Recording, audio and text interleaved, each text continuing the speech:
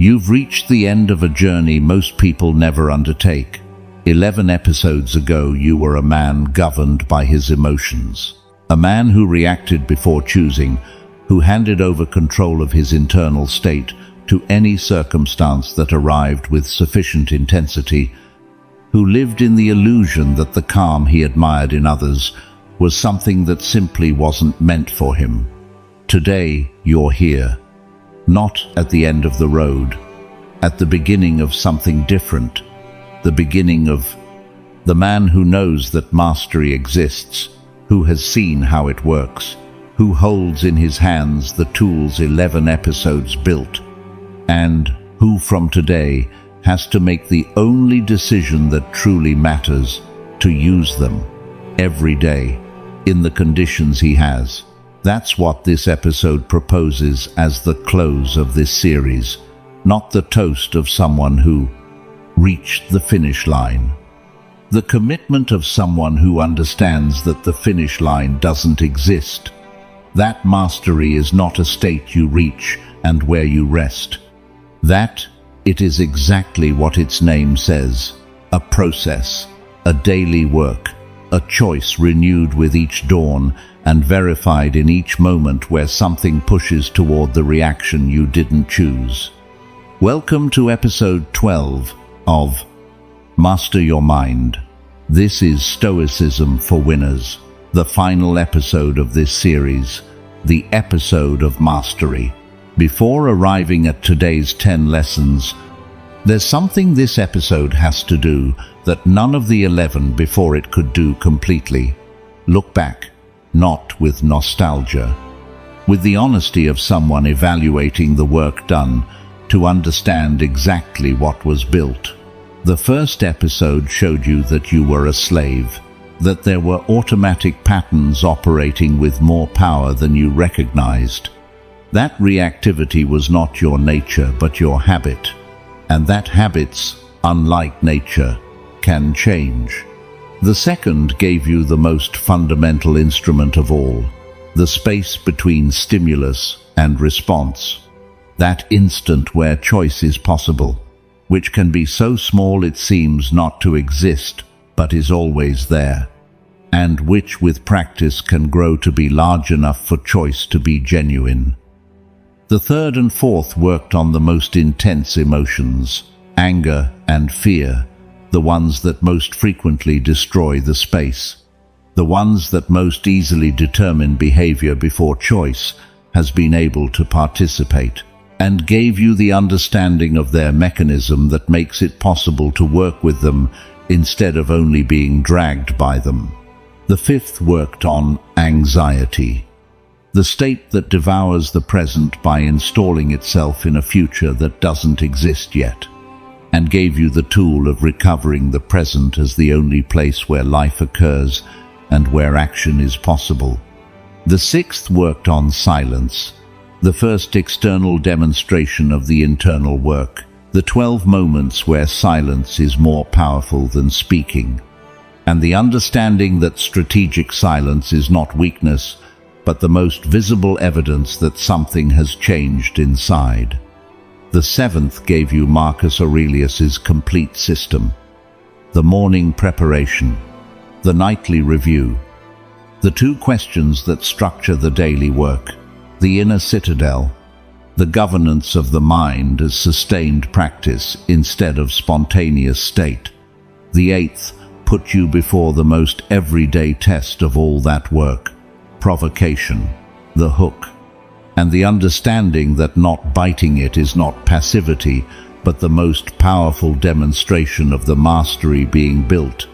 The ninth reached the root, judgment, the understanding that suffering doesn't come from circumstances but from what you add to circumstances, and the possibility, verified by Epictetus from the most extreme conditions possible, of examining and directing those judgments. The 10th converted all that understanding into a concrete program. The 3 practices, the morning preparation, training with the small, the evening examination. 15 minutes of conscious work that build the calm the 9 previous episodes described. The 11th showed you that the most difficult people in your life are not obstacles to growth, they are the growth itself. The gym, where everything the 10 previous episodes built is verified as real or revealed as still theoretical. And today, the 12th, integrates all of that into the most complete vision available, inner mastery, the fortress no one can destroy from outside because it was built from within. Not the impenetrability of someone who feels nothing, the solidity of someone who feels everything and is not destroyed by what they feel. That's the difference 11 episodes of work built. And that's the mastery this episode will describe in its 10 final lessons. There are 3 voices that have accompanied you throughout this entire series, and that today close the cycle with the most complete teachings they can give about inner mastery. Marcus Aurelius, the man who governed the most powerful world of his era and who understood, with the clarity only having everything gives, that external governance without internal governance is empty, that the most important conquest available to any human being is not outside but inside.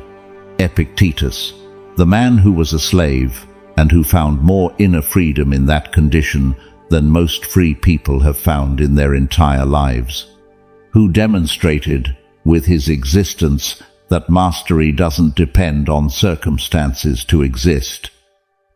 Seneca, the man who observed power from its most dangerous interior and who articulated with a clarity that has been exactly right for 2,000 years what it truly means to have power, not over others, over oneself. All 3 closed their lives with the same work still in progress, inner mastery, available to you, in the conditions you have. The phrase that accompanies you today is this: I am invincible from within. No one can destroy what I built from the inside. Let's begin. But before we begin, I want you to do something different from what you did in the 11 previous episodes. Don't think about someone else. Think about yourself, about who you were when you started this series, and about who you are now. Not the perfect change, not the definitive transformation. The real change 11 episodes of work produced. Something is different, even if it's small, even if there's still much work to do. Something changed. Do you see it? If you see something different in yourself since you started this series, if there's something you recognize in what you just heard, stop this podcast right now, go to the comments, and write this: I am invincible from within. No one can destroy what I built from the inside. Write it. Don't think it. Write it. Because writing it is declaring publicly that the work has begun, that something changed, that there's a fortress being built. I am invincible from within. No one can destroy what I built from the inside. Go, write it. And when you come back, we continue. First Stoic lesson. The day you master your interior, no one will be able to destroy you from outside, because you will have built a fortress no external circumstance can penetrate. Marcus Aurelius had an image for inner mastery that appears in his meditations in different forms, but always points to the same place, the citadel.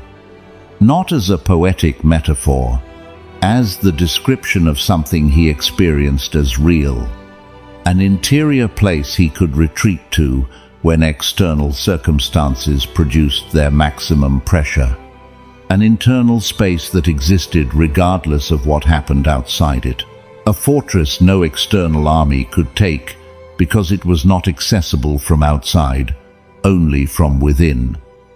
That citadel, that interior space built with the work of years of practice, is what makes the man with inner mastery truly invincible. Not invincible in the sense that nothing affects him, invincible in the sense that nothing destroys him. There's an enormous difference between the two. The impact of difficult circumstances is real. Loss hurts. Rejection produces discomfort. Injustice generates indignation. Physical or emotional pain doesn't disappear because you have inner mastery. What disappears is the capacity of those things to permanently determine who you are and how you function. The man without inner mastery is dragged. What happens to him determines his state. His state determines his decisions. His decisions determine his life. The man with inner mastery feels the impact. But between the impact and his response to the impact, there's something the impact cannot take away. Choice. That choice, sustained over time, is the citadel. Not the absence of storm, the center that remains while the storm passes. Epictetus lived it in the most extreme form possible. As a slave, he had no physical citadel, had no freedom of movement, had no control over any significant circumstance of his external life, but he had the inner citadel, the space where the interpretation of what happened to him was still his, where the judgment about what it meant could be examined, where the choice of who he wanted to be in response to what he couldn't change remained available. That citadel, inaccessible to the master who could control everything external, was the territory where Epictetus was completely free, and that same citadel is available to you. Not in extreme circumstances that we hope never arrive. In the ordinary circumstances of your life, in the difficult conversation on Tuesday afternoon, in the email that arrives with the tone that activates you, in the encounter with the person who knows exactly what to say to pull you from the center you're building. In all those moments, the citadel is there, available. If you decide to enter, instead of being dragged, this is your assignment for this first lesson. Identify a moment from the past week where the citadel was available, but you didn't enter it, not to produce guilt, to see with precision the difference between when mastery was available and when it still wasn't. And then identify a moment where you did enter, where the space existed, where the choice was genuine. That comparison, honest and specific, is the most precise map of where the work is right now. Do it today. Second Stoic lesson. Marcus Aurelius governed the greatest empire in the world, but his true conquest was internal, because he understood that the man who doesn't master himself cannot master anything. There's a paradox in Marcus Aurelius's life that has been the most instructive about the nature of real power for 2,000 years. He was the most powerful man in the known world. He had more capacity for action on external circumstances than practically any human being who has existed before or after him.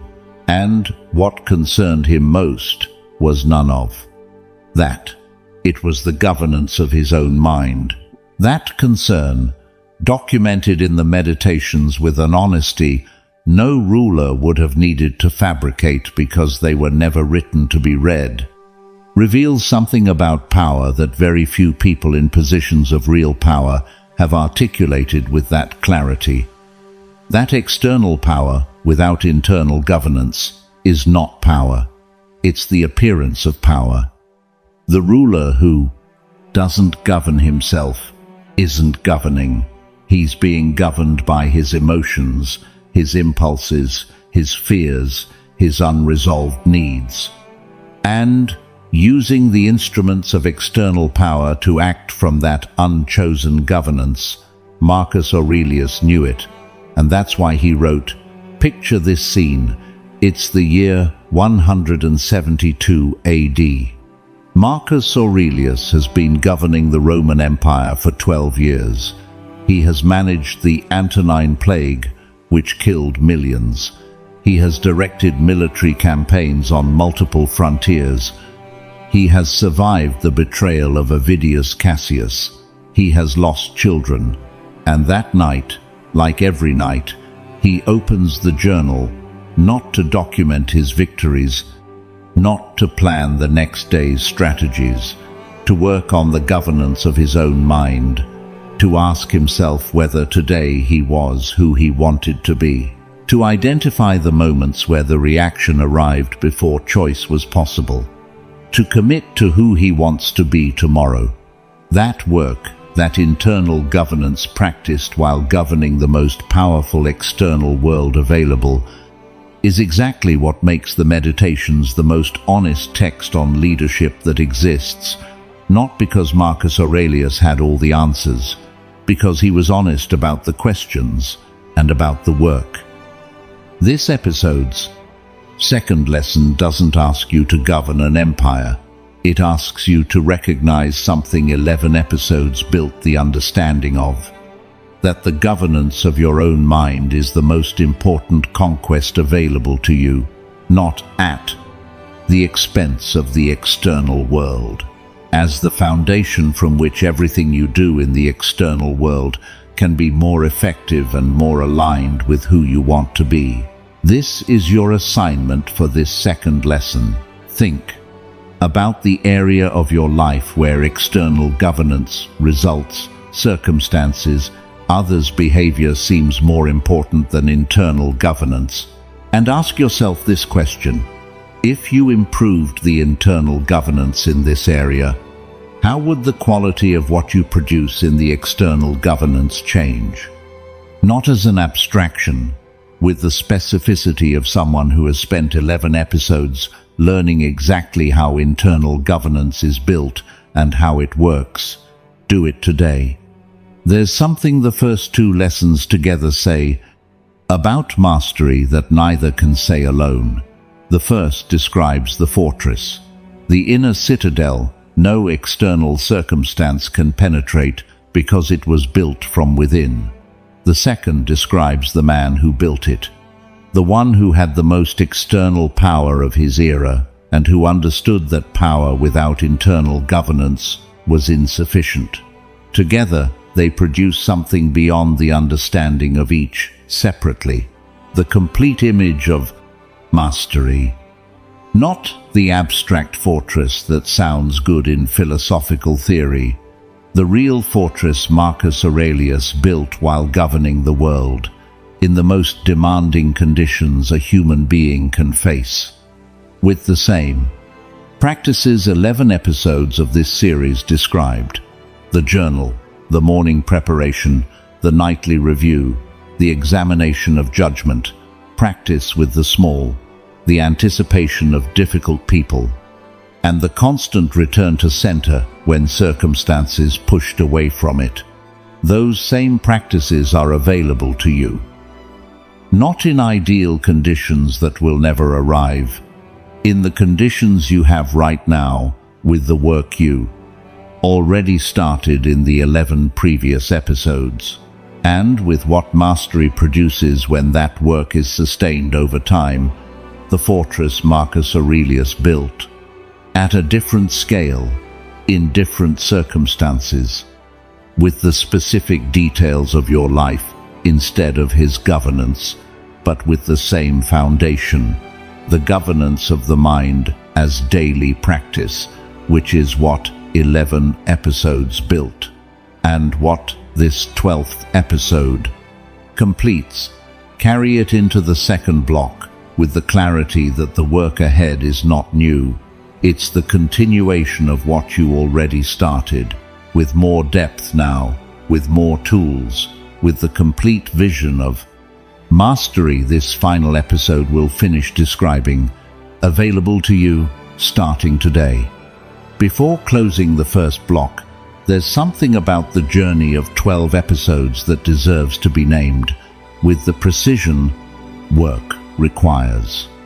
The 12 episodes of this series are not 12 separate topics about managing emotions. They are 12 layers of the same work. The first episode identified the problem, the automatic reactivity that determines behavior before choice is possible. Episodes 2, 3, and 4 gave the fundamental tools, the space, the work with anger, the work with fear. Episodes 5, 6, 7, and 8 applied them to specific everyday situations: anxiety, silence, calm, provocation. Episodes 9, 10, and 11 went to the deepest level: judgment as the root of all suffering, practice as the program that sustains the work, and difficult people as the test that verifies the work is real. And this 12th episode integrates everything into the most complete vision available: inner mastery. Those 12 layers, seen together, produce something none of them can produce alone: the complete architecture of the work, not isolated tools for specific situations, a coherent system where each part feeds the others. The space from the second episode is where the judgment from the 9th can be examined. The work with anger from the 3rd is more effective when the morning preparation from the 7th anticipates it. Practice with the small from the 10th is the training that makes it possible to hold center in the provocation from the 8th. And the reframe of difficult people from the 11th integrates the entire system into the situation where it's most needed. That system, seen in its complete architecture, is the inner citadel the first lesson of this episode describes, not built all at once, layer by layer, episode by episode, practice by practice, and available now, at the end of this series, with more solidity than it had at the beginning. Not the complete citadel yet, but more real than when none existed. That's what 12 episodes built. Carry it into the second block with that clarity. The complete system, the citadel under construction, and the work that continues every day with the consistency that makes it possible for what was built to be maintained and to grow. There's more about the second lesson, Marcus Aurelius and the internal conquest, that connects with something no previous episode could say, with the perspective only the final episode can give. Marcus Aurelius governed for nearly 2 decades. In those 2 decades, he faced what any objective measure would qualify as the most adverse conditions his governance could have produced: the plague, the wars, the betrayals, the personal losses. And in those 2 decades, he also practiced every night with the journal, not 2 or 3 times a week when he had time. Every night, not on the days where circumstances were favorable. Every day, not when motivation was high. Always. That commitment, that consistency, without exception during 2 decades of the most demanding circumstances documented in the history of Rome, is what produced the character his contemporaries documented and the Meditations record. Not perfection, consistency. And that consistency, in circumstances that would have justified the abandonment of any practice, is exactly the model that mastery without an arrival date requires.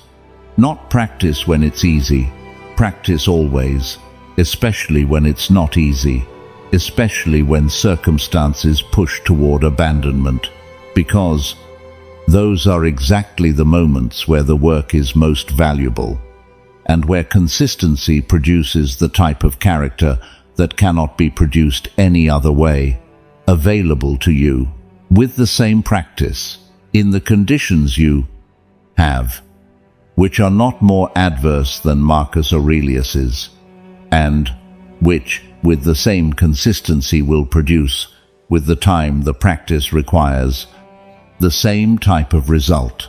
Not equal in scale, equal in nature. The mastery born from sustained work, which is exactly what this series makes available to you. Use it every day, without exception. There's something about the first lesson, the inner citadel, that deserves to be developed with the specificity practice requires to be applicable in real life. The citadel is not a concept used in moments of great crisis. It's a resource used every day. In the small, ordinary moments where automatic reactivity tries to recover the ground training gained. The moment at breakfast where a piece of news produces the irritation that extends to the rest of the morning, if not managed. The message that arrives before the day has started, with the tone that activates the impulse to respond from reaction. The 10-minute conversation with someone whose behavior always produces the same automatic response. In all those moments, the citadel is available, not as an elaborate retreat requiring special conditions, as the instant of retreat that fits within the breath that occurs before the response.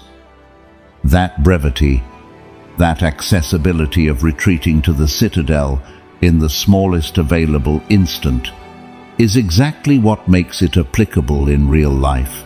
Not the practice requiring time and silence and ideal conditions that everyday life rarely produces. The instant that is always available. That can be as brief as a breath and as transformative as the complete change in the quality of what follows.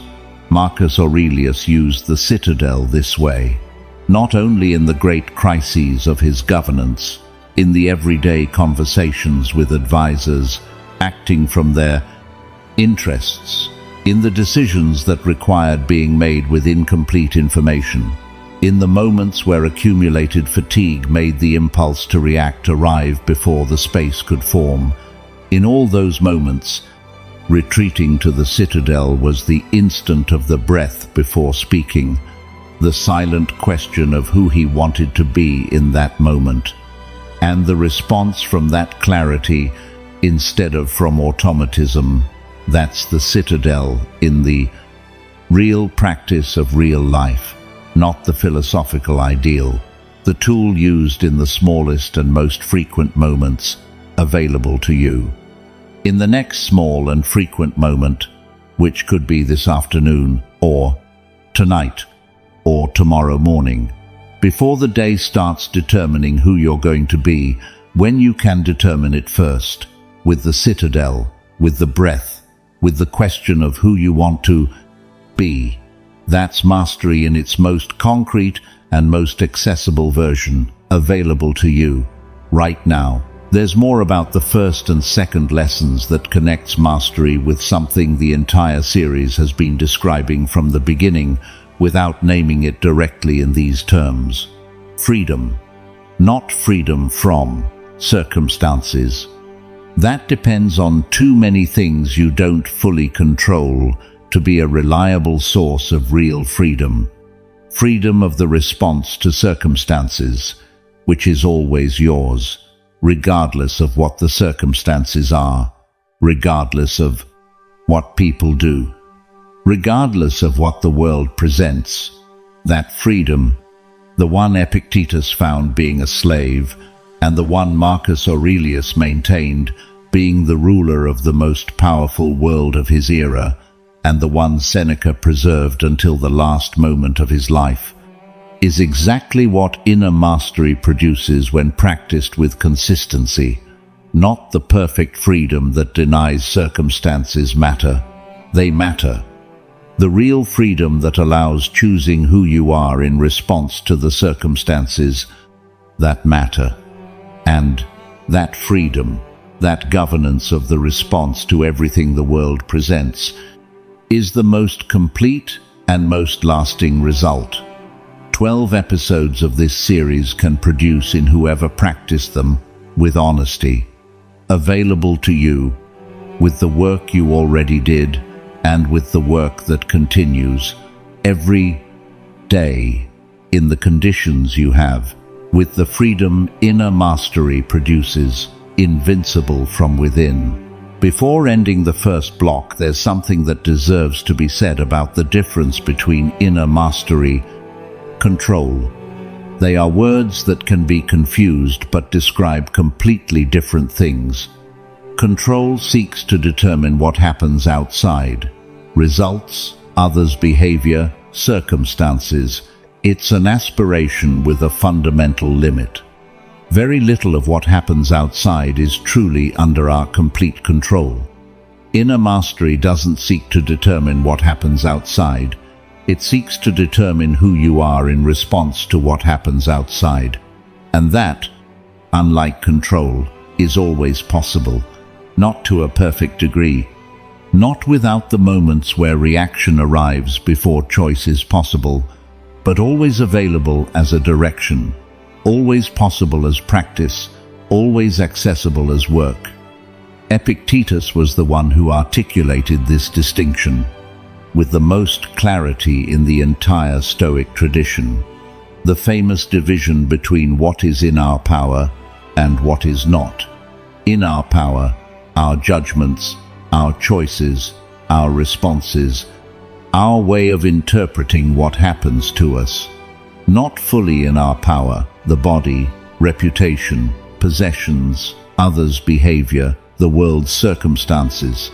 That distinction, simple in its statement and deeply transformative when lived, is the foundation of all the work of this series.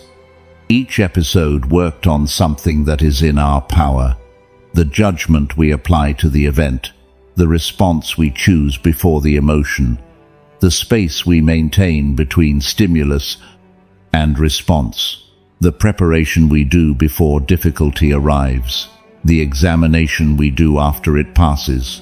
All of that is in our power. And the work of 12 episodes was exactly that. Strengthening the governance of what is in our power, not seeking control over what is not.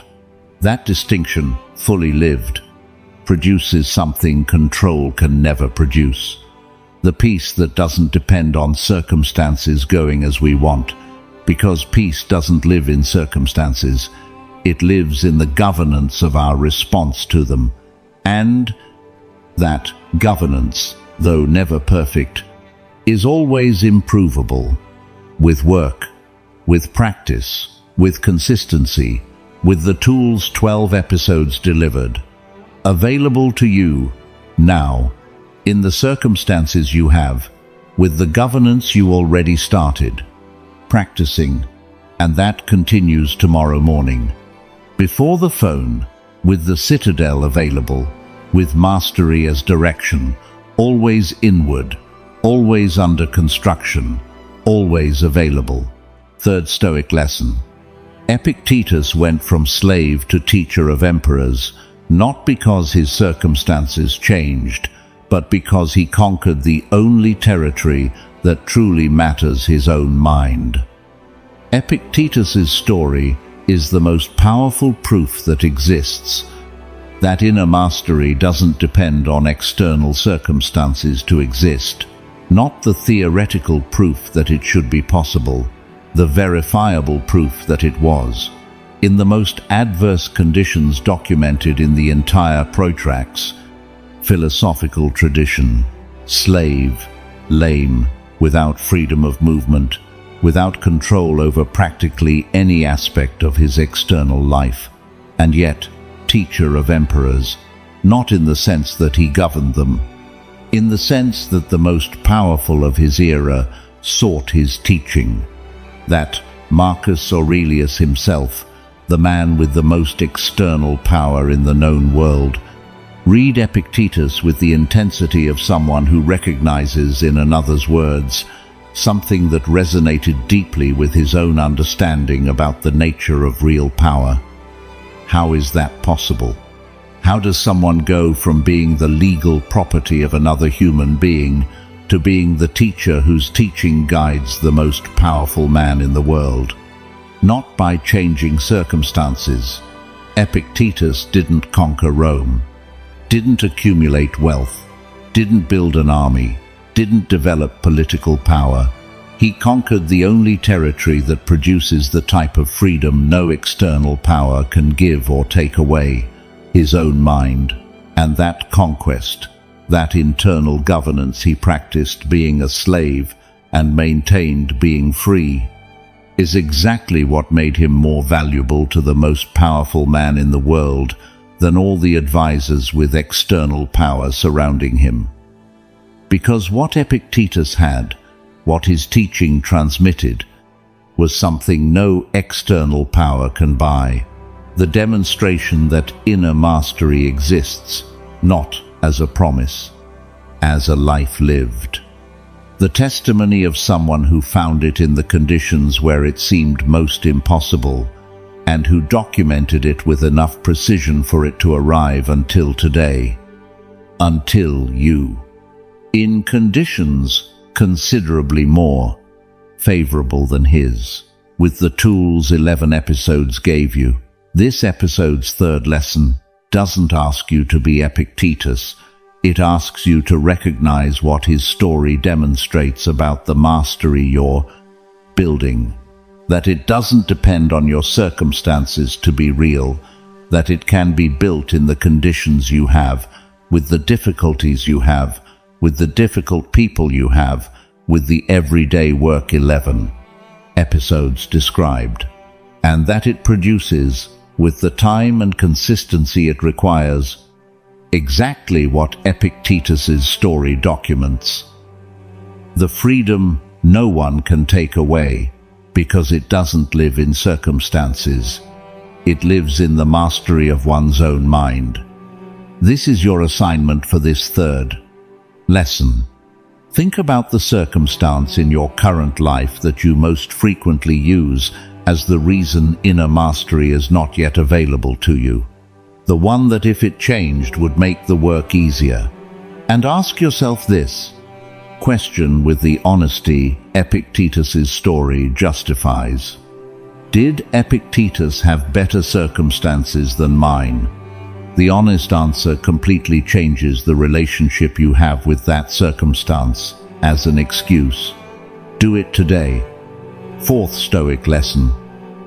Seneca wrote that the most powerful man is the one who has himself in his own power, and that power is not given to you by anyone, nor can anyone take it away. This phrase of Seneca's is perhaps the most exact that exists about the nature of real power, not power over others, not power over circumstances, not power that accumulates or can be lost, power over oneself, the kind that doesn't depend on any external circumstance to exist. That can't be given by anyone because it doesn't come from outside. And that can't be taken by anyone because it doesn't live in any place others have access to. Seneca wrote it from a position that gave him a unique perspective on the subject, advisor to the most powerful emperor of his era, a man of enormous wealth and great influence, and then exiled, and then returned to power, and then condemned to death. All those transitions from the summit to exile and back to the summit and finally to death, decreed by the one he had advised, gave him the direct experience that external power has a fundamental characteristic internal power doesn't have.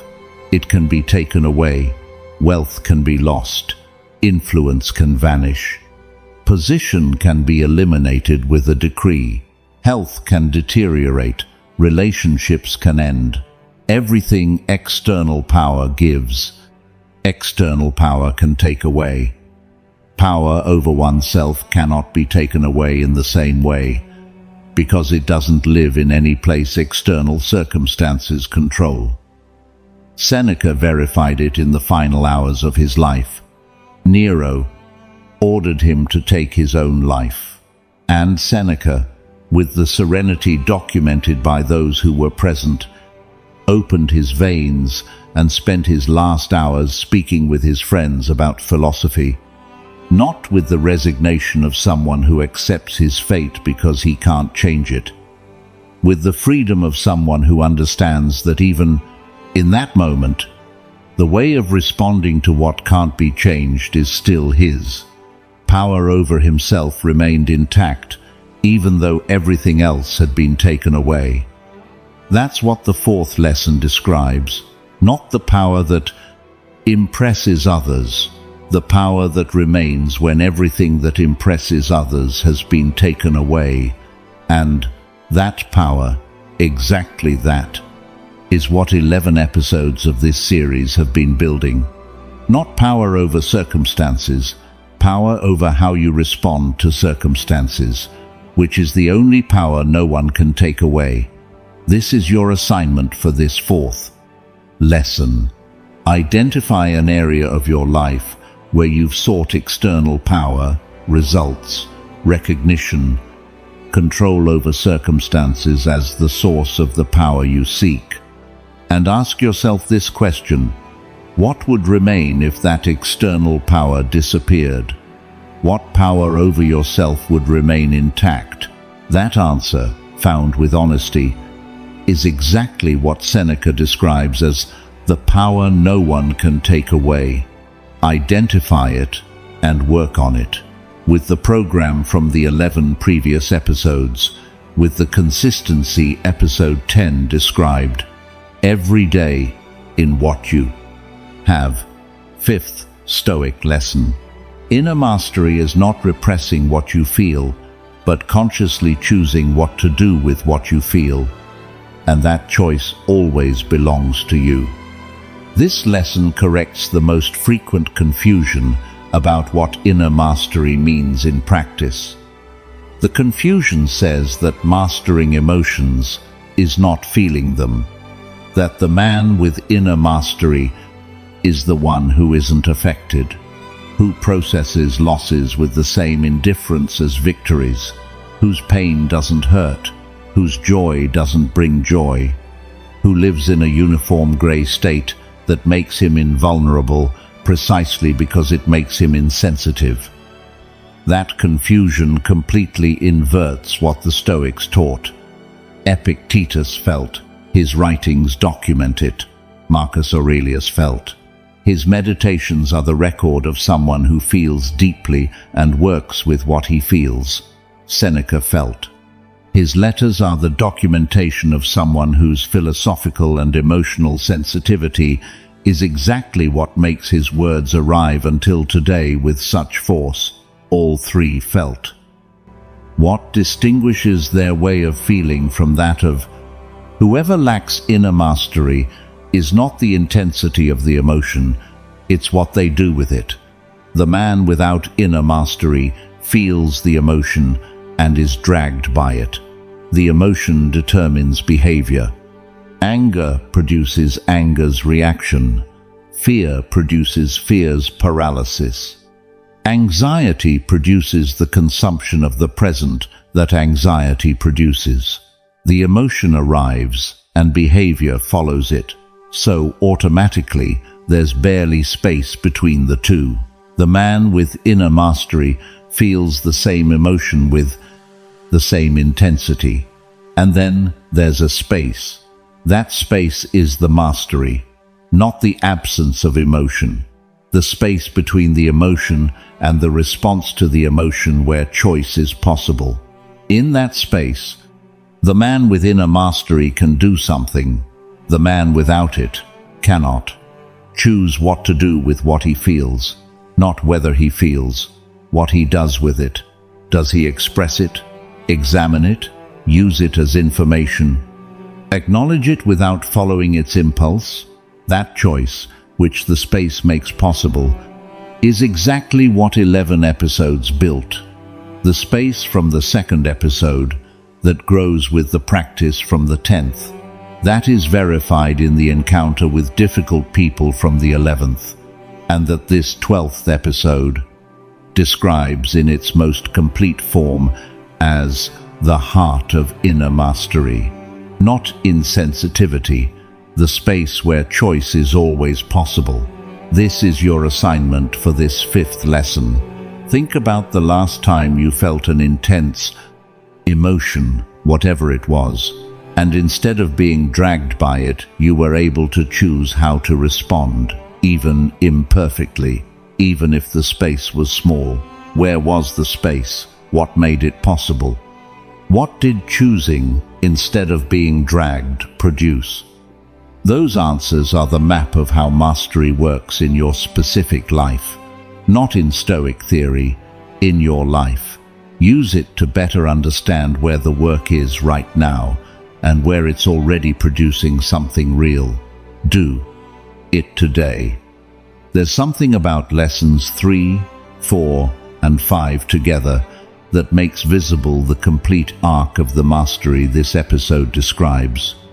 The third speaks of Epictetus, of mastery that doesn't depend on circumstances, of the conquest of the only territory that produces real freedom. The fourth speaks of Seneca, of power over oneself as the only power no one can take away, of the contrast between external power that can be given and taken, and internal power that cannot.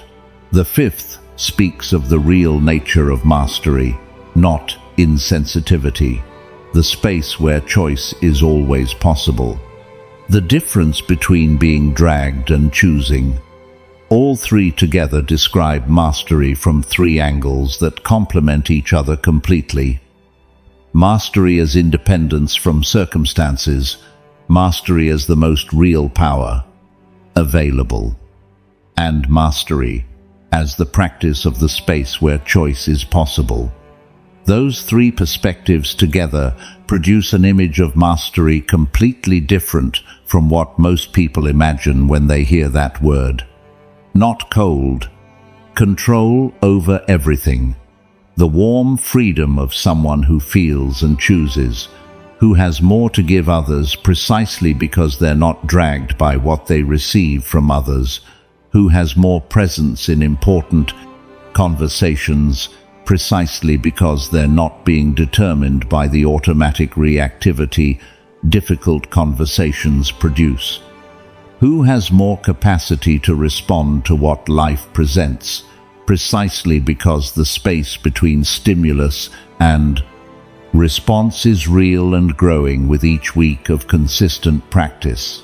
That's the mastery 3 lessons and 2,000 years of Stoic tradition describe, available to you, with the work 11 episodes initiated, and that this 12th episode completes with the broadest vision available.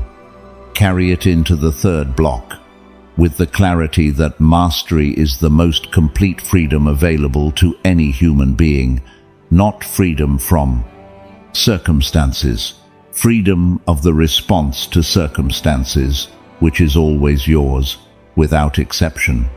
In any circumstance, there's more about the 5th lesson that connects with the entire arc of the series in a way that makes visible something none of the 11 previous episodes could fully say, because it needed the context of all the previous ones to be completely true. The choice mastery makes possible is not only the choice of how to respond to difficult circumstances, it's also the choice of who to be, not the behavior in a specific moment, the identity across time. The man without inner mastery is defined by his reactions. Who he is at any given moment is determined by what that moment produces in him. And who he is consistently is the average of those accumulated reactions without any deliberate choice about what type of man he wants to be. The man with inner mastery goes choosing who he is, not perfectly, not without the moments where reaction arrives before choice, but with a direction, a consistent orientation toward the type of man he wants to be. That, with each deliberate choice, with each moment where the space existed and was used, installs a bit more deeply, until over time, with the accumulation of choices, character emerges. Not inherited or accidental character, built character, chosen, practiced. That character, built with the work of 11 episodes and the months of practice that work requires to produce real results, is what inner mastery produces in its most complete form, not a specific behavior in a specific situation. The person you are consistently, regardless of circumstances, that's the destination of the work, not reached all at once, built practice by practice, day by day, with each choice, with the consistency episode 10 described, available to you, starting today, with the work you already started, and with the complete vision of mastery this final episode is delivering. Before closing the second block, there's something about Seneca and his death that deserves to be fully developed, because it's the most extreme demonstration available of what the fourth lesson describes. When Nero ordered Seneca's death, he had several options in how to respond to what he couldn't change. He could beg, he could try to negotiate, he could fall into the despair the situation would have completely justified. He did none of those things.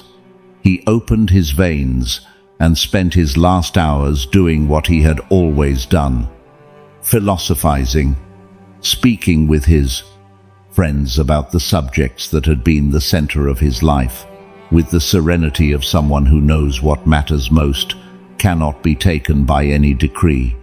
That testimony, documented by those present, is the most direct evidence that exists that the power Seneca described in his letters was real, not rhetorical, not aspirational, real, verified in the moment where its verification mattered most, power over oneself.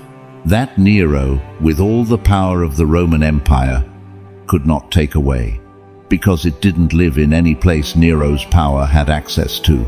It lived in Seneca, in his relationship with his own mind, in the decades of practice that had built exactly that, the power no one can take away. That story isn't to produce intimidation about the difficulty of the work. It's to make visible what the work can produce when sustained for sufficient time. Not necessarily the extreme situation, but the availability of that power in any situation, large or small, where what can be controlled and what cannot need to be distinguished with clarity. In the meeting where the decision has already been made and can't be changed. In the relationship where the other chose a different path and that choice is already made. In the loss that occurred and cannot be reversed. In all those moments, the power over how one responds to what can't be changed remains available, always, regardless of circumstances. That's Seneca's power, and that's exactly the power 11 episodes of work built at a different scale, in different circumstances, but with the same nature. The governance of the response to what cannot be governed, which is the most fundamental freedom available to any human being, available to you with the work you already started, and with the consistency the remaining road requires. There's something about the three lessons of Epictetus, Marcus Aurelius, and Seneca seen together in this final episode that makes visible something none of the 11 previous episodes could say in this way. All three arrived at inner mastery from completely opposite positions. Epictetus started with nothing, without external freedom, without resources, without position, without any of the conditions most people would consider necessary for the type of work mastery requires. Marcus Aurelius started with everything, with the highest position available, with the most extensive resources imaginable, with the power to modify external circumstances in a way practically no other human being has been able to match.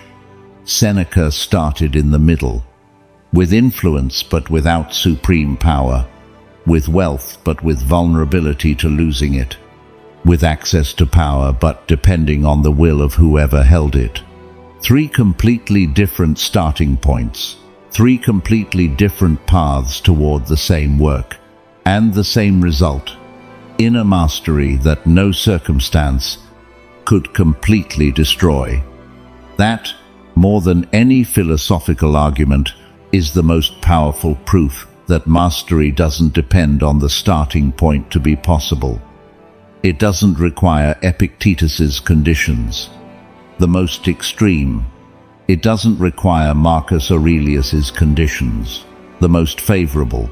It doesn't require Seneca's conditions, the intermediate.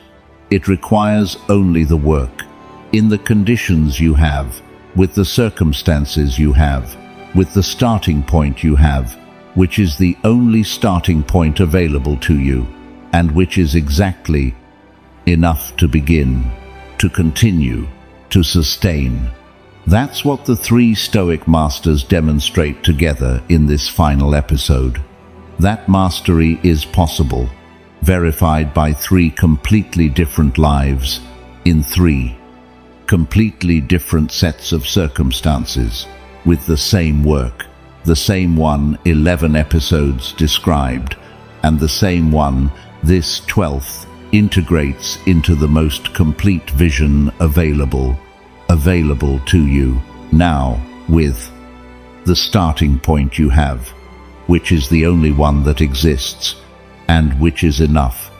There's something about the fifth lesson that connects with something the 11 previous episodes prepared, but that only this final episode can fully articulate. The fifth lesson says, mastery is consciously choosing what to do with what you feel, and that choice, when practiced with the consistency 11 episodes described, gradually produces something deeper than choice in specific moments. It produces character, not character as the sum of specific behaviors in specific situations, character as the way of being that emerges when practice has been sufficiently consistent and sufficiently honest. The difference is important. Behavior can be produced by deliberate effort in the moment. I can choose to respond with calm in this specific conversation, even though my internal state is agitation. Character doesn't require deliberate effort in the moment. It's the way I respond naturally, because accumulated practice made calm my starting point instead of my deliberate effort.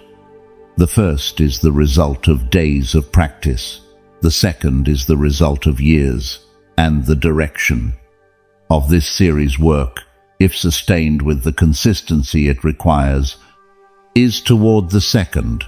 Not the man who makes deliberate efforts to maintain calm, the man who is calm more naturally because years of practice made calm his starting point, not perfect, not without the moments where impulse still arrives first, but with a calm that requires less deliberate effort than it required at the beginning. That's the character mastery produces, not from 12 episodes, from the years that follow 12 episodes. And the way to reach that character is exactly what this episode describes, not the occasional heroic effort, the constant, everyday practice, with the three practices from episode 10, with the reframe of difficult people from the 11th, with the citadel from the 12th, every day, with the consistency that makes it possible for what requires effort today to be more natural tomorrow.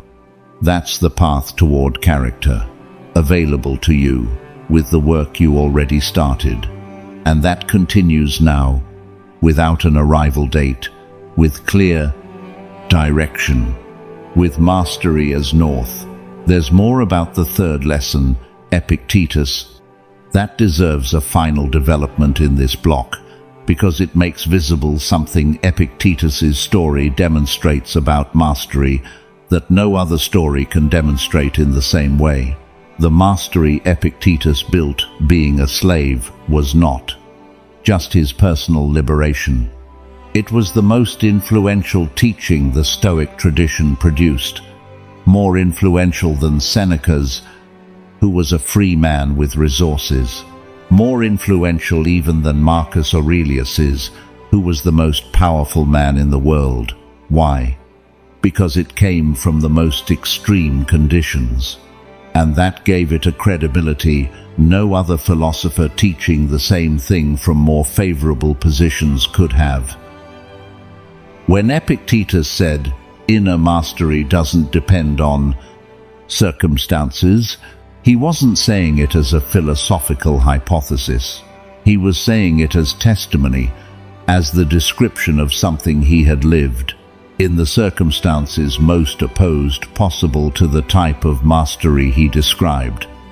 And that testimony, that credibility of someone who says what he knows because he lived it, is exactly what made his words reach Marcus Aurelius 2 generations later, and reach us 20 centuries later.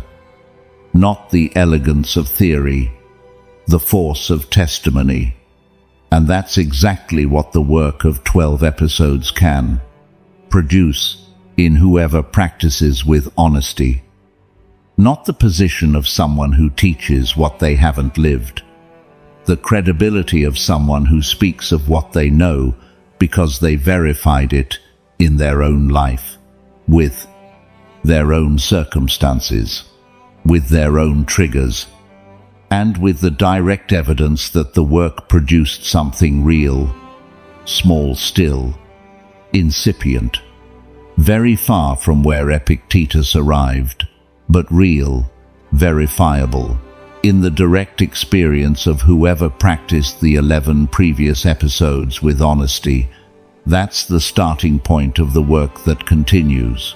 Not theory, the incipient testimony of someone who is beginning to know what mastery produces because they're experiencing it, available to you in tomorrow's work and every day that follows. There's something about the 4th and 5th lessons together that produces something this block needs to articulate before closing. The 4th speaks of power over oneself as the only power no one can take away. The 5th speaks of how that power is exercised, choosing what to do with what you feel. Together they describe something beyond both separately. Power in action, not power as an abstract concept, power as concrete practice in each moment where something pushes toward automatic reaction. Seneca had that power the morning he died, not as a philosophical idea, as the real capacity, verified in the most difficult moment imaginable, to choose how to respond to what he couldn't change. That capacity, that power in action Seneca demonstrated with his life, is what this series work builds. Not at the extreme level of that extreme situation, at the ordinary levels of everyday life, where each moment of conscious choice adds a bit more capacity, where each practice, repetition with small irritations, builds the muscle that will be available in the big ones, where each morning preparation makes the day unfold with more choice and less automatism, and where each evening examination makes the next day more precise in the work that produces the type of power Seneca described and lived. Power over oneself that no one can take away because it doesn't live in any place the outside controls, available to you, with the work, with the practice, with the consistency, every day, without exception. That's real power, the only kind that always remains. 6th Stoic lesson. You've traveled a road in this series from recognizing your emotional slavery to standing here, At the gates of a freedom most will never know. This lesson is different from all the previous ones, not because its content is more complex, but because it points toward you directly, not toward philosophy, not toward Marcus Aurelius or Epictetus or Seneca, toward the man who listens, toward what he did by arriving at this 12th episode. And what he did, what you did, deserves to be recognized with the honesty the work requires. You arrived, not at the end. Mastery has no end, but you arrived at a point where most never arrive, not because most are incapable, because most don't start, or start and abandon when the novelty goes and only the work remains. You kept going. 11 episodes, 11 opportunities to abandon. 11 weeks or months of work that required something more than initial enthusiasm. And here you are. That says something about you worth naming with precision. That you have the capacity to commit to something beyond the initial impulse. That you can sustain work when the result isn't immediate or spectacular. That there's something in you that knows real growth requires time and is willing to give it. Those capacities, which arriving here demonstrates, are exactly the same ones inner mastery requires to be built. Consistency, sustained commitment beyond initial motivation. The capacity to keep going when nobody is watching or applauding. You already have them. You demonstrated them by arriving here. The road you traveled in this series, from that first episode, where you recognized you were a slave to your emotions, to this 12th, where you stand at the gates of the freedom mastery produces, is one of the most important any man can travel. Not the most spectacular, not the one that produces external recognition, the one that produces the deepest and most lasting transformation available, the one that happens inside. And that from the inside changes how you relate to everything outside. That freedom, the kind most will never know, not because it's impossible, but because it requires exactly the type of work most aren't willing to sustain, is available to you. Because you demonstrated you can sustain the work. Now, what's missing isn't more understanding, it's continuing with the practice. With the 3 practices from episode 10. With the 3 practices, reframe of difficult people, from the 11th. With the inner citadel this 12th episode describes, every day, without exception, with the same consistency that brought you here. This is your assignment for this 6th lesson. Recognize the road traveled, not with arrogance about what you achieved, with honesty about the effort it required. And from that recognition, make the commitment to continue. Not because this episode asks you to, because you already know what the work produces. And because you know what it produces is worth exactly the price of sustaining it. Do it. Today, with the specific commitment of which practice you will maintain this week, and the next, and all that follow. 7th Stoic lesson. The man with inner mastery doesn't need the world to change to be at peace, because his peace doesn't depend on the world, but on his relationship with his own mind. This lesson contains the most radical promise Stoicism makes, and the most verifiable. Peace that doesn't depend on circumstances to exist. Not the peace that arrives when problems are resolved. Not the kind that appears when difficult people leave. Not the kind only available when work goes well and relationships function and health holds and the future seems predictable.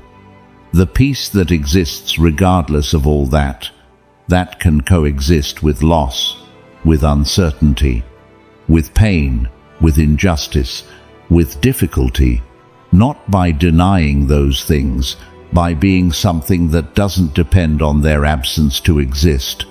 That's the peace of inner mastery, and it's the most radical because it goes directly against the way most people seek peace.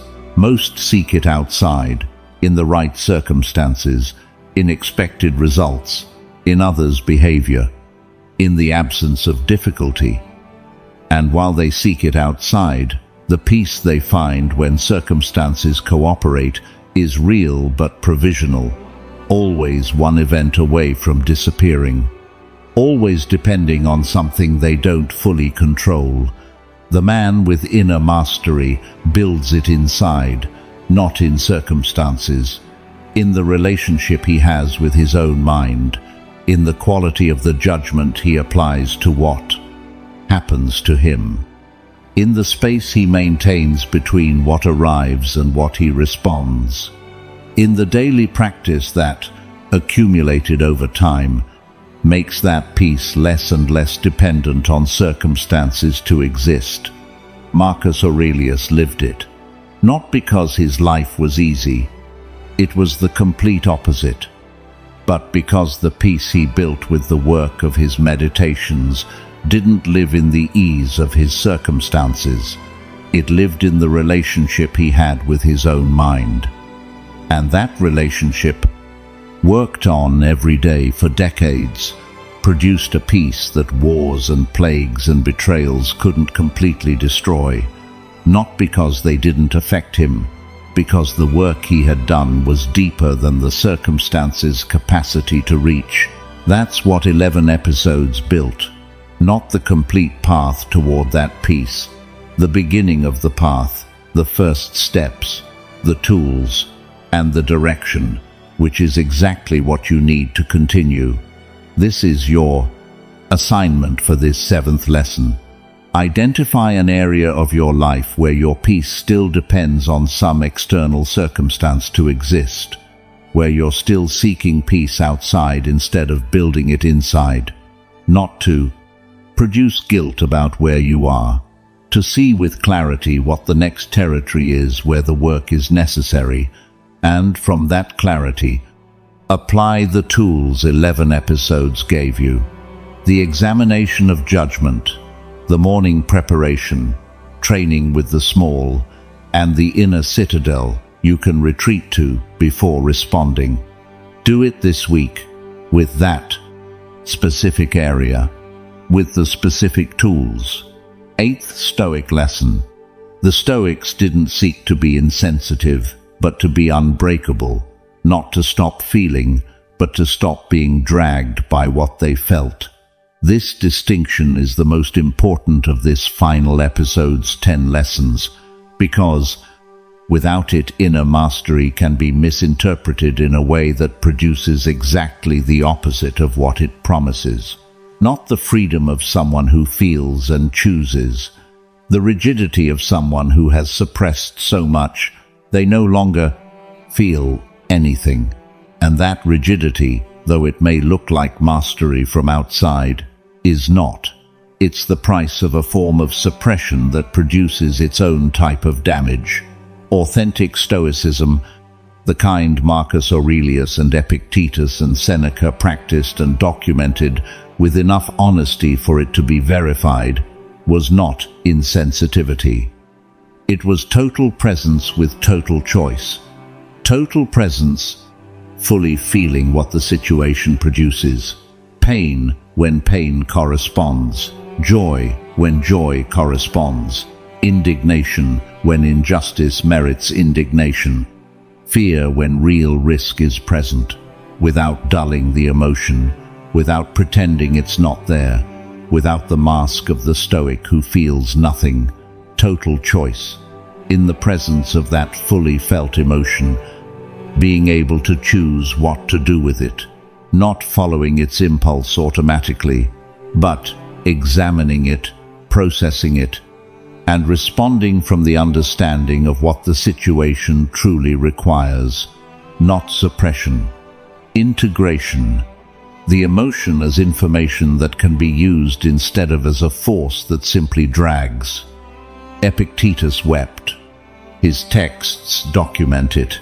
The difference wasn't that he didn't weep. It was that when he wept, the weeping came from a choice of what to do with the pain, not from the automatism of someone completely dragged by pain without any possible mediation. Marcus Aurelius felt rage. His meditations record the work with anger in a way that would only make sense if the anger were real and present. The difference wasn't that he didn't feel it. It was the space that existed between feeling it and acting from it. That difference between feeling without being dragged is exactly what the 8th lesson describes as the real goal of mastery. Not the insensitivity that protects by not feeling, the unbreakability that remains standing without ceasing to feel. This is your assignment for this 8th lesson. Think about an emotion you habitually try not to feel, that you suppress, that you avoid, that you minimize, and ask yourself this question: what would happen if you felt it completely and then chose what to do with it instead of simply not feeling it? What information does that emotion produce when it's allowed to exist without being suppressed or automatically followed? That practice, feeling completely and then choosing, is the heart of the mastery the Stoics practiced. Not detachment, presence with choice. Do it today, with that specific emotion, with the honesty the work requires. There's something about lessons 6, 7, and 8 together that produces something this episode needs to articulate with clarity before closing the 3rd block. All 3 speak of mastery from perspectives that complement each other in specific ways. The 6th recognizes the road traveled, not as self-indulgence but as the concrete evidence that the work is possible and that you're capable of sustaining it. The 7th describes the peace mastery produces, not dependent on circumstances, built in the relationship with one's own mind, real and verifiable in the direct experience of whoever practices with consistency, and the 8th corrects the most frequent misinterpretation.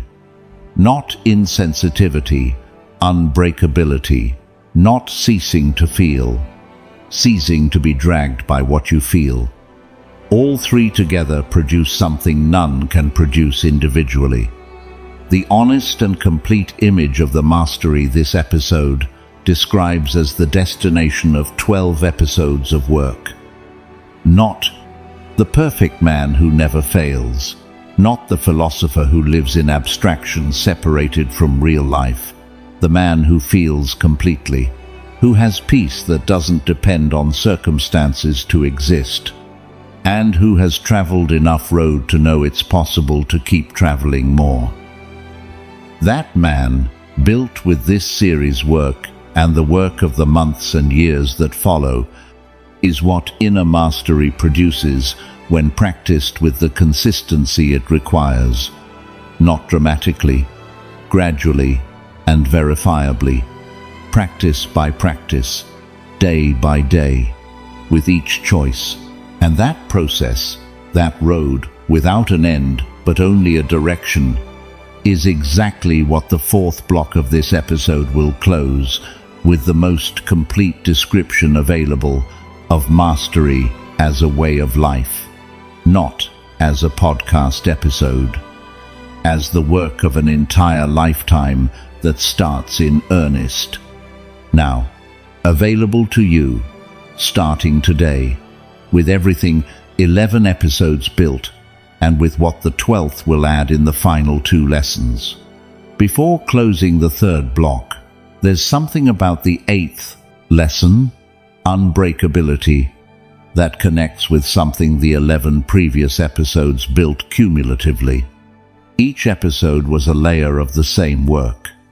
Episode 3 worked on anger, with the understanding that feeling it is different from acting from it.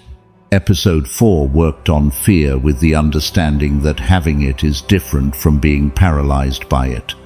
Episode 5 worked on anxiety with the understanding that feeling it is different from losing the present in protects it. Episode 8 worked on provocation with the understanding that feeling, the impulse to react, is different from following it. All worked on the same fundamental distinction. Feeling is not being dragged, and that distinction worked on in 11 episodes from 11 different angles with the 11 most frequent emotions and situations in the listener's life is exactly what this final episode's 8th lesson articulates in its most complete form. The man with inner mastery didn't stop feeling. He developed the space between feeling and being dragged. And that space, that instant of freedom where choice is possible, was built with exactly the work of the 11 previous episodes, not abstractly, with the specific emotions, in the specific situations, with the specific people, with the specific practices the 10th episode's program consolidated. That's what 11 episodes built. Not the theory that it's possible to feel without being dragged. The real, verifiable capacity in the direct experience of whoever practiced to do it with more frequency and more effectiveness than before the work. That capacity is the unbreakability the 8th lesson describes, not the armor that lets nothing through, the root that remains when the storm passes, the tree that bends but doesn't break, that feels the wind but isn't felled by it.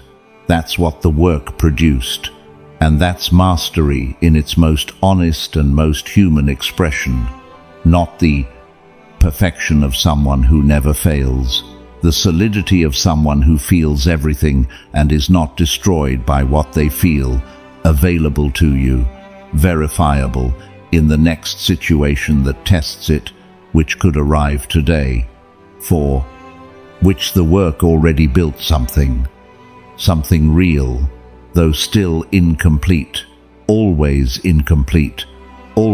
under construction. That's mastery, and it's exactly enough. There's something about the 6th lesson that deserves to be completed before moving to the 4th block. The 6th lesson recognized the road traveled from the 1st episode to this one, but there's something more that recognition needs to say about why you arrived here. You didn't arrive because the work was easy. You arrived despite the fact that it wasn't. There are episodes in this series that were uncomfortable, that touched something that wasn't easy to examine, that revealed something about one's own automatic patterns that most prefer not to see. The anger the 3rd episode named as more costly than was recognized. The fear the 4th episode described as more deceptive than it seemed. The judgments from the 9th that most haven't examined with that honesty. And the difficult people from the 11th, named as the gym instead of the enemy, requiring a reframe that goes against everything accumulated frustration naturally produces. Those discomforts, those moments where the episode touched something it would have been easier not to examine, you traverse them anyway. That's the real work. Not the work done when it's easy, the work done when it's not. And having done it, having sustained it until here, says something about you that no philosophical theory can say, that you're willing to do the real work, that you have the capacity to examine what's uncomfortable to examine, that you can sustain the process beyond. The point where most abandon it. Those are the capacities mastery requires, and you already have them, demonstrated by the fact of being here. Use them to continue. There's more about the 7th lesson, peace that doesn't depend on the world, that deserves development, because it touches something that may sound like the most ambitious promise of the entire series: peace that coexists with difficulty. That promise, that calm can exist while the problem exists without calm, requiring the problem's absence to be real, may seem impossible when heard for the first time. But it has direct evidence. The most powerful available is Epictetus's. Not the peace of someone who lived without problems, the peace of someone who lived being a slave, lame, without external freedom, in conditions that would have completely justified the absence of any peace. And he found peace anyway, not despite the circumstances, within them. Because his peace didn't live in the circumstances, it lived in his relationship with his own mind. That relationship, that constant work of governing how he interpreted and responded to what happened to him, is exactly what produced a peace no circumstance could completely take from him. Not the peace of the absence of difficulty, the peace of someone who has something inside that circumstances cannot destroy. That's verifiable, not only in Epictetus, in the direct experience of whoever practices with sufficient consistency. There are moments in the work of whoever has been practicing the 11 previous episodes where something of this can be verified directly. The moment where an irritation that previously would have determined the emotional state for hours passes more quickly. The moment where the difficult person produces the habitual activation but center isn't completely lost. The moment where something difficult occurs and there is, however brief, the experience that center exists regardless of what occurred. Those moments, small and frequently imperfect, are the direct and personal evidence that the peace mastery produces is not completely dependent on circumstances. It's not yet Epictetus's complete peace, but it's a real and verifiable version of the same direction. And that direction, sustained with the practice the 10th episode described, leads over time toward something that at the beginning seemed like the most ambitious promise of the entire series: peace that coexists with difficulty. Not because difficulty disappears, but because what you have inside no longer depends on it disappearing to exist. That's mastery in its most complete expression, and it's available to whoever practices with the consistency the work requires, available to you. In the conditions you have, with the starting point you have, with the work you already started, and that continues tomorrow morning, before the phone, with the citadel available, with mastery growing practice by practice, always available, always under construction, always in the right direction. There's something about the 3 lessons of this block, the 6th, 7th, and 8th, that connects in a way that makes visible something important about this series' close. All 3 look toward the listener. The 6th looks at him and recognizes the road traveled. The 7th shows him the peace, the work, builds, and where the remaining road points. And the 8th clarifies exactly what type of man he's building. Not the insensitive one, the unbreakable one. Those 3 perspectives together, directed at the listener instead of toward philosophy or models, are the most personal of this episode. And they're the most important, because mastery is not a philosophical idea to admire. It's work to do, and that work is done by a specific person, with their specific history, with their specific circumstances, with their specific triggers and their specific strengths and their specific patterns. The 3 lessons of this block speak to that specific person, to the man who arrived at episode 12. Who traveled the road most don't travel? Who now has available the most complete vision this series can give about the mastery he's building? And who, from now on, has the most important decision a 12-episode series can generate?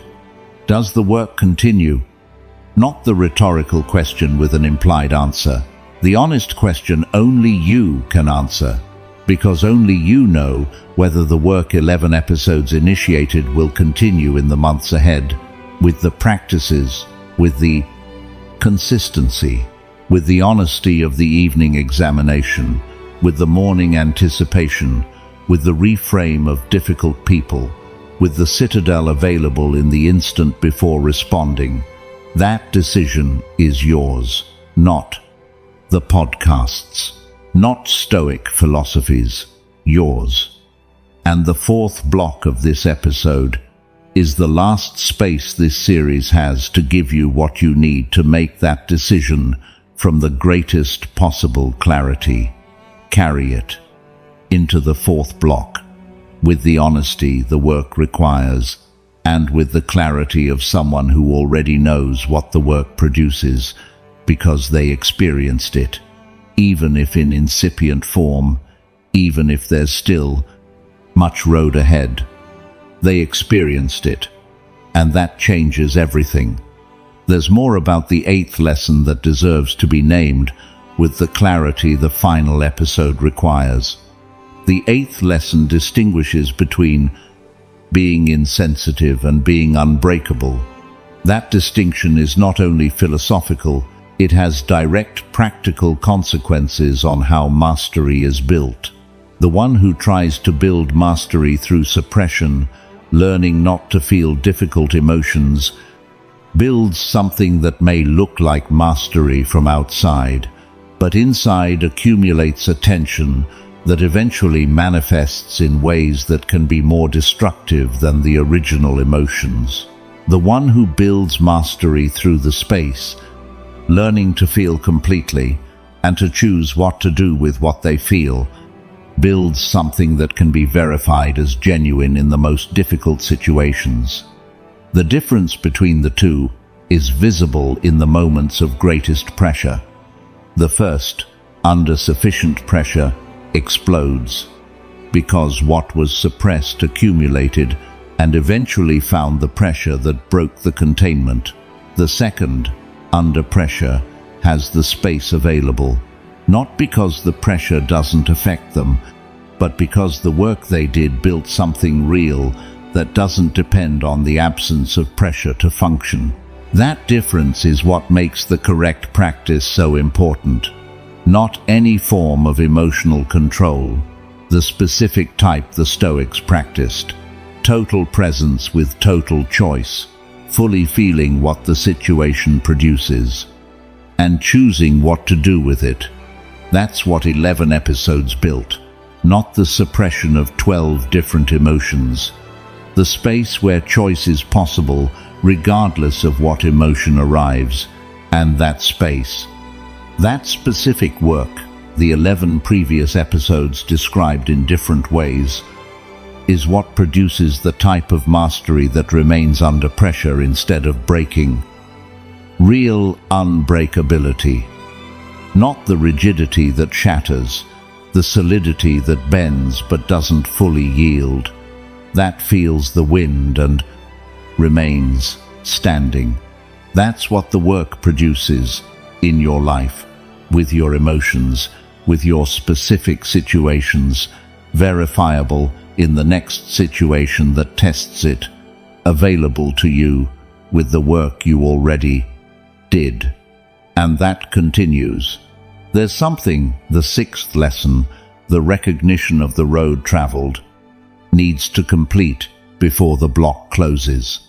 The recognition isn't only toward whoever arrived at episode 12, it's toward whoever will continue. Because there's a difference between whoever arrived here by having listened to the 12 episodes and whoever will go further by having practiced what the 12 episodes described. The first has the knowledge, the second has the mastery.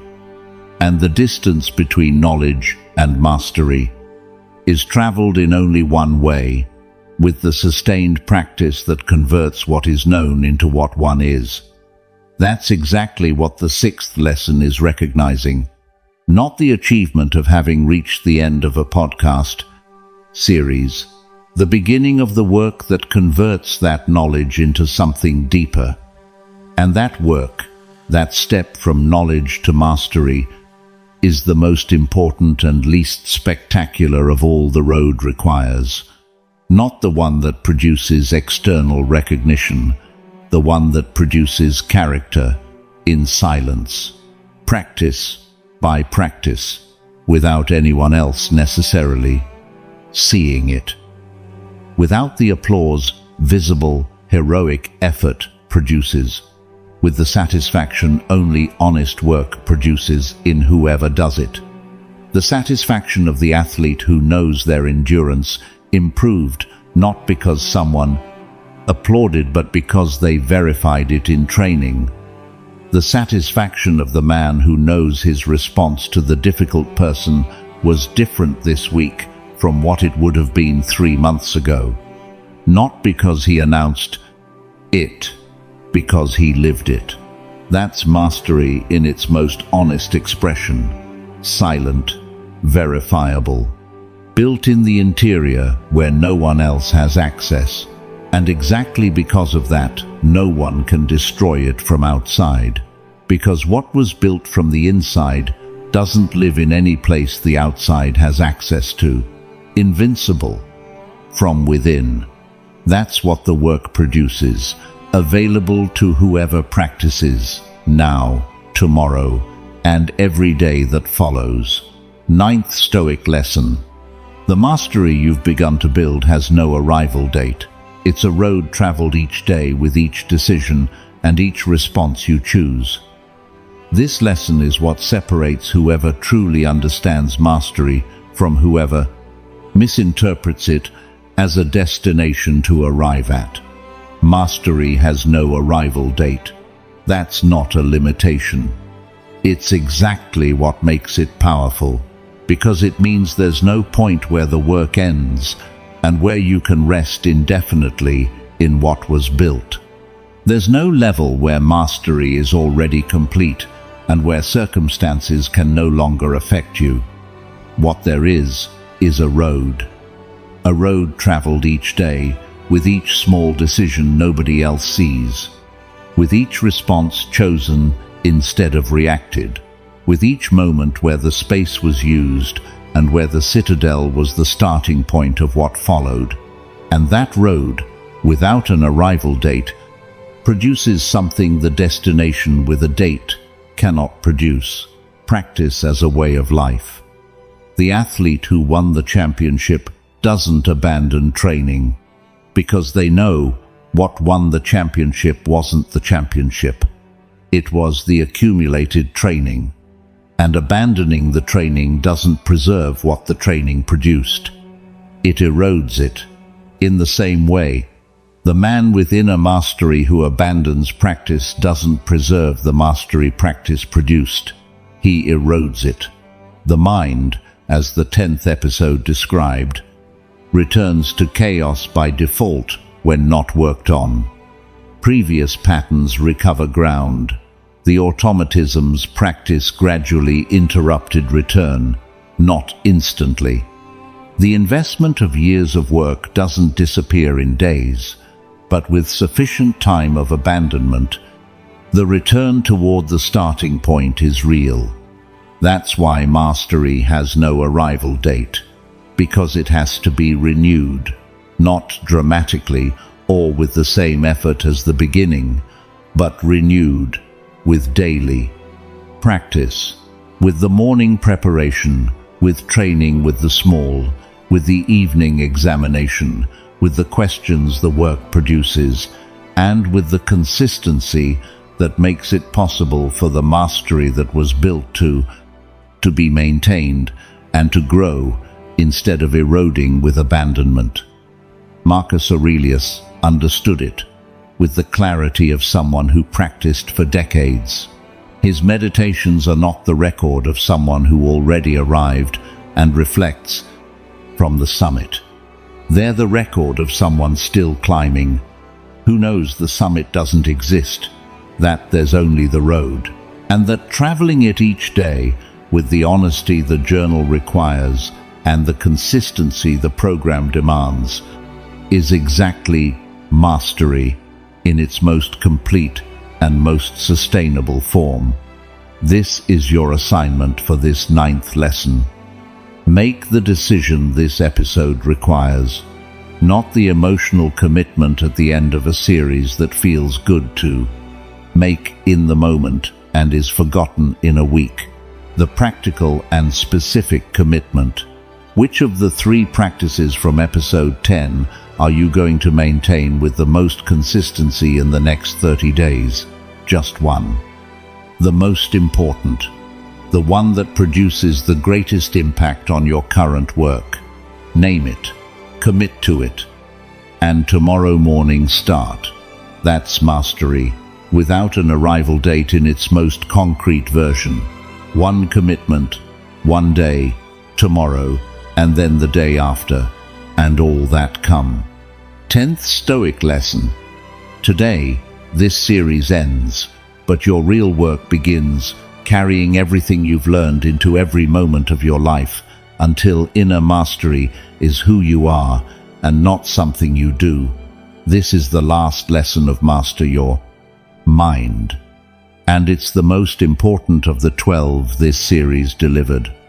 Not because its content is more complex, but because all the content of the 11 previous episodes depends on this lesson to produce what it promises. Mastery is not an episode. It's not the knowledge of 11 lessons from each of 12 episodes. It's not the understanding of how judgment works, or how to anticipate difficult people, or how to use the evening examination. Mastery is what all of that produces when it's lived, not when it's known. When it's lived, there's an absolute difference between the two. Whoever knows how the space between stimulus and response works, and whoever lives with that space as a natural part of their functioning. Whoever knows the theory of judgment, and whoever examines their judgments in the real moment of disturbance. Whoever understands the gym metaphor, and whoever genuinely experiences each difficult encounter as a practice repetition. Those differences between knowing and living are exactly the distance the work of the months and years ahead has to travel, not dramatically. With the daily practice that gradually converts knowledge into character. That makes what requires deliberate effort today more natural tomorrow. That makes what requires remembering the tool eventually become the automatic way of responding, until mastery is who you are, not something you do when you remember, not something you practice when you have motivation. Who you are, the person who governs his mind, not in theory, but in the everyday practice of his life, with his circumstances, with his triggers, with his difficult people, with his moments of clarity and his moments where the reaction still arrives before choice is possible, and who, in all those moments, including those of automatic reaction, returns, always returns, to the work, to the practice, to the citadel. That's mastery, and it's available to you, not at the end of a long road, in tomorrow morning's practice, in the next. Irritation used as a training repetition. In the next difficult person scene with Marcus Aurelius's question about what virtue can be practiced in their presence. In tonight's evening examination. Available. Now, we've reached the end of episode 12 of Master Your Mind, the episode of mastery, the close of this series, the one that integrated all the work of 11 episodes into the most complete available vision of the man invincible from within. Let's walk through today's 10 lessons. The first described the inner citadel, the fortress no external circumstance can penetrate because it was built from within, not the invulnerability of someone who doesn't feel, the solidity of someone who feels and is not destroyed. The second described Marcus Aurelius, the man who governed the world and who understood that his true conquest was internal. That external power without internal governance is empty. The third described Epictetus, the slave who conquered the only thing that produces real freedom, his own mind. The most powerful proof that mastery doesn't depend on circumstances to exist. The fourth described Seneca, power over oneself as the only power no one can take away. The difference between external power that can be given and taken and internal power that remains.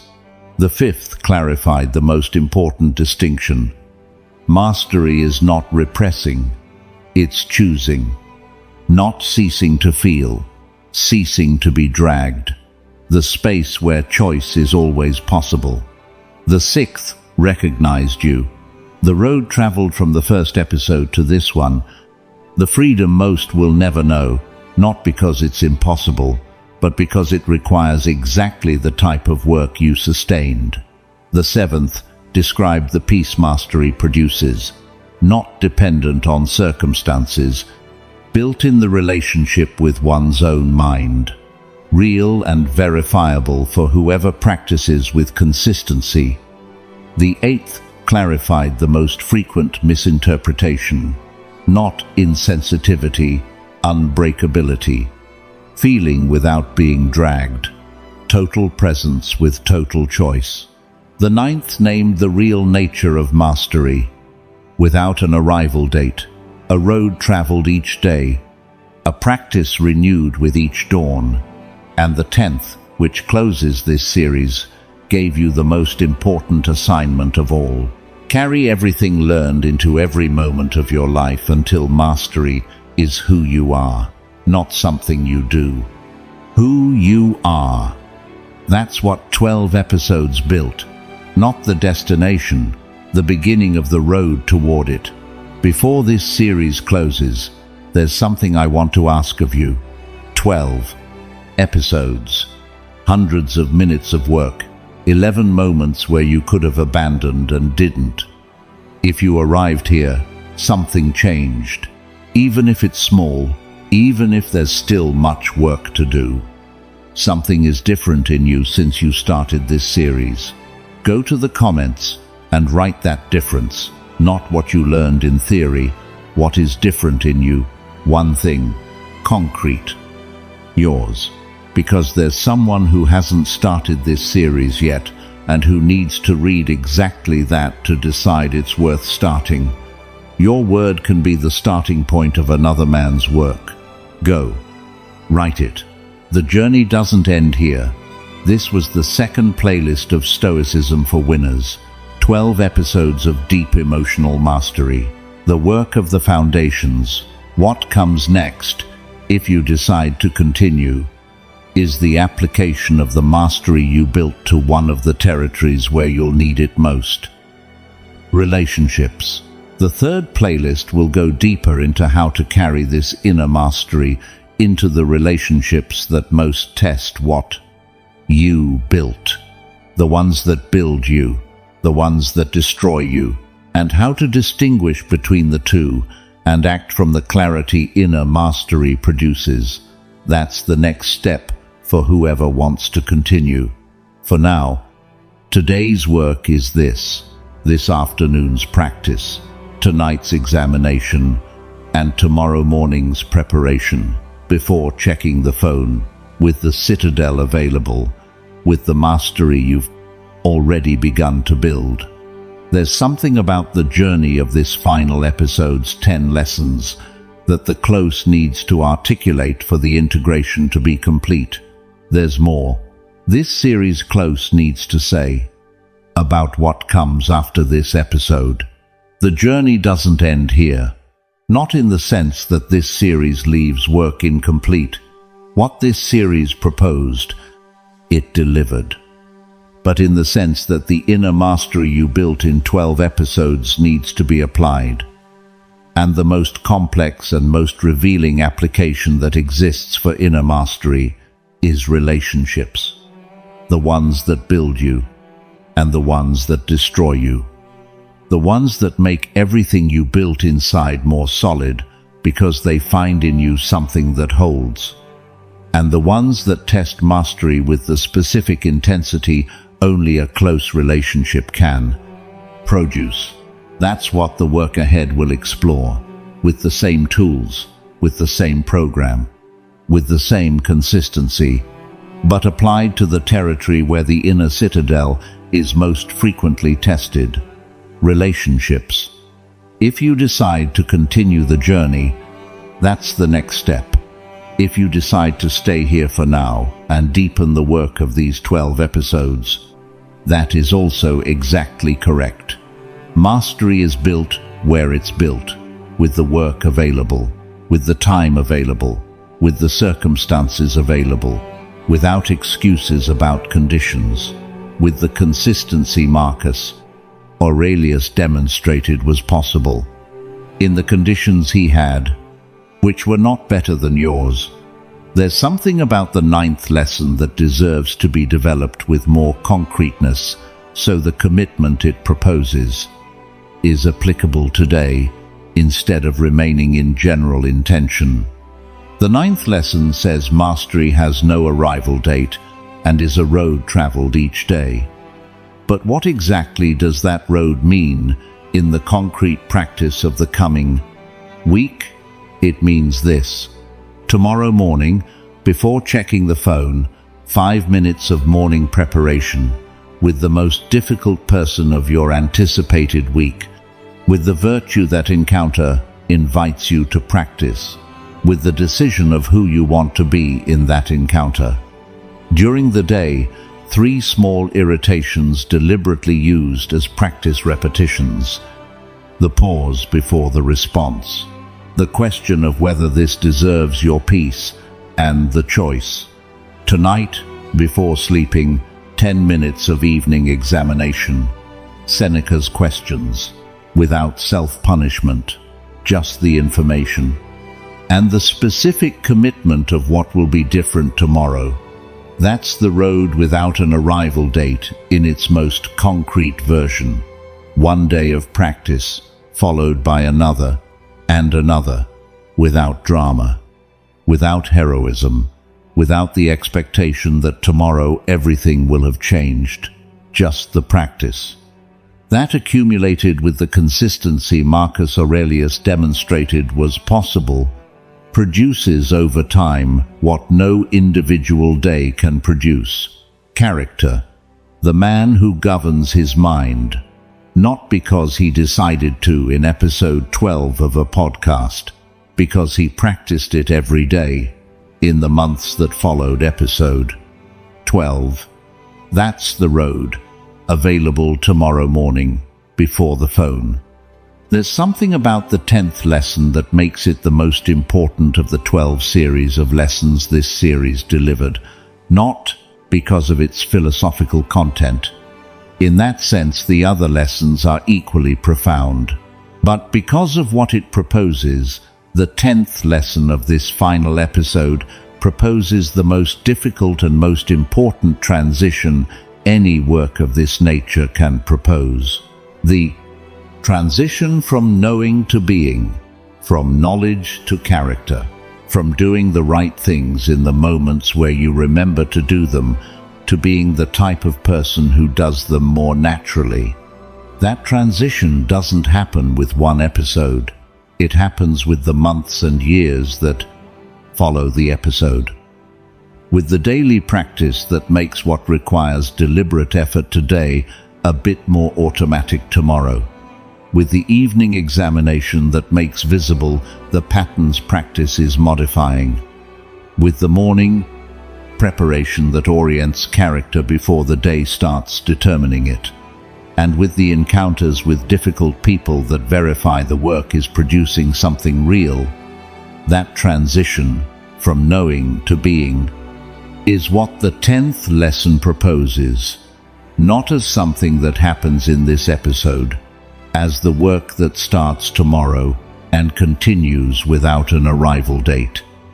And that proposition, that work without an arrival date beginning tomorrow, is exactly the most honest close this series can have. Not the promise that you've already arrived, the beginning of the road towards something worth exactly what it will cost.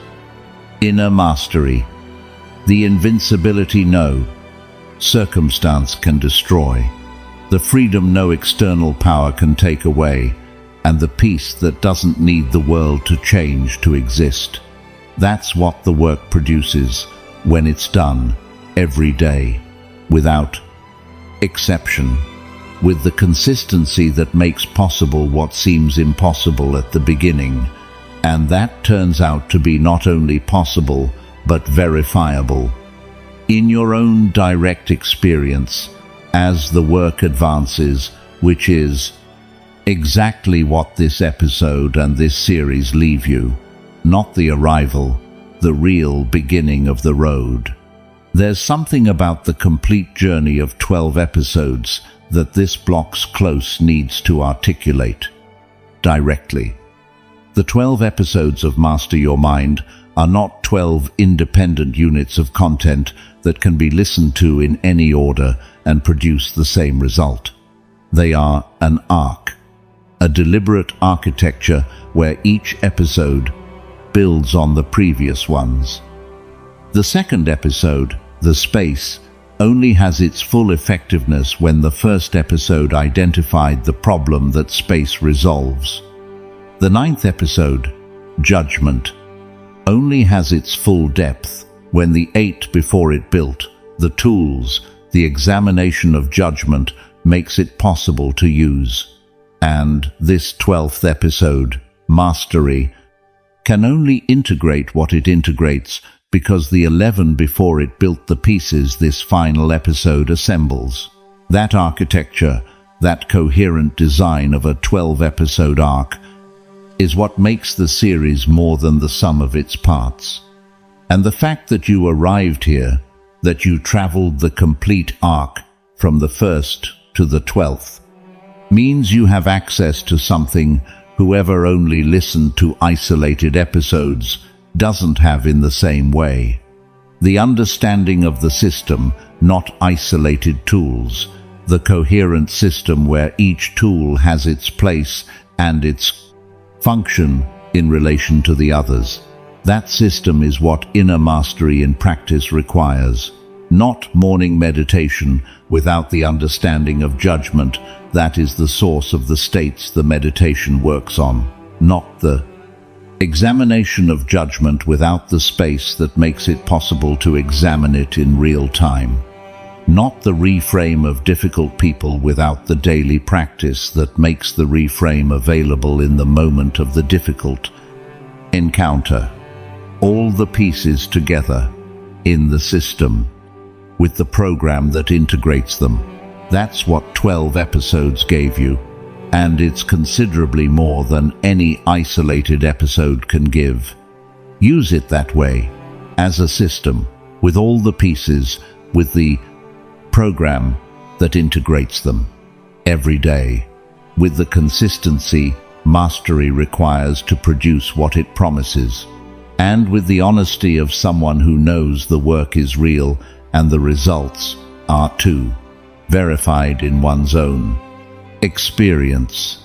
Available starting tomorrow morning, with the citadel, with the space, with the examined judgment, with the difficult person seen as Jim, with mastery as North, always inward, always under construction, always available. There's something about the 10th lesson and this series close that deserves to be said with the direct honesty the work requires. The inner mastery this series described is not a promise that life will be easier. Life will continue being what it is, with its real difficulties. with its genuine losses, with its difficult people who won't change simply because the inner work advanced, with its circumstances that won't align perfectly with what's desired. None of that is going to change because you completed Master Your Mind. What can change, and what the work produces when practiced with honesty and consistency, is the relationship you have with all of that, not the circumstances. Your relationship with the circumstances, the space that exists between what happens to you and how you respond, the frequency with which choice is possible where before there was only reaction, the speed with which center is recovered when lost, the depth with which the work has modified the automatic judgments that produced unnecessary suffering. Those changes, gradual and invisible to whoever doesn't live them from the inside, are the real result of the work. Not dramatic, not spectacular, but real and verifiable for whoever practices with the honesty the work requires. That's what this series delivers, not instant transformation. The tools and the program for a gradual and real transformation, available to whoever practices every day without exception. And that practice, that consistency that may seem modest compared to the spectacular promises the wellness market usually makes, is exactly what produces the most lasting and deepest type of change available to any human being. The change that comes from within, the character that was built, the mastery no one can destroy from outside, because it lives where the outside has no access. That's what Stoicism for winners proposes. Not the easy path, the real one, with the work it requires, with the results it produces, verifiable in the direct experience of whoever does it. There's something about lessons 9 and 10 together that this episode's close needs to articulate. The 9th says mastery has no arrival date. The 10th says the real work begins today. Together they say something that may seem contradictory, but when examined is perfectly coherent. The work doesn't end, and the work starts now, not at some future moment when conditions are more favorable. Now, with the conditions you have, with the point you're at, with what 11 episodes built, and what this 12th completed, and tomorrow it will continue, and the day after, without an arrival date, but with clear direction, inward, always inward. That combination, work without an arrival date that starts now, is exactly the most honest description of inner mastery as a way of life. Not the race you win, the road you travel. And traveling it, practicing it, sustaining it with the consistency it requires, is what produces the only type of change worth exactly what it costs. The change that comes from within, that no one can take away, that no one can destroy, because it lives where the outside has no access. Invincible. From within. That's all. That's enough. This is Stoicism for winners. This was Master Your Mind. Now comes the part that separates those who listen from those who truly change. This community exists because you decide it exists, not with words, with actions. If something you heard today moved you inside, leave your reflection here. The one that gets the most support becomes the banner of this community, the collective voice of everyone who chose not to give up. A community that doesn't run from pain, that walks through it, with courage, with judgment, with honor. But listening isn't enough. You know it. You feel it. There's a difference between the one who consumes wisdom and the one who turns it into armor. That's why we created the Stoic Code. 2 principles forged over millennia by the most powerful minds in history. It's not just another book. It's a manual of psychological warfare against your own weaknesses.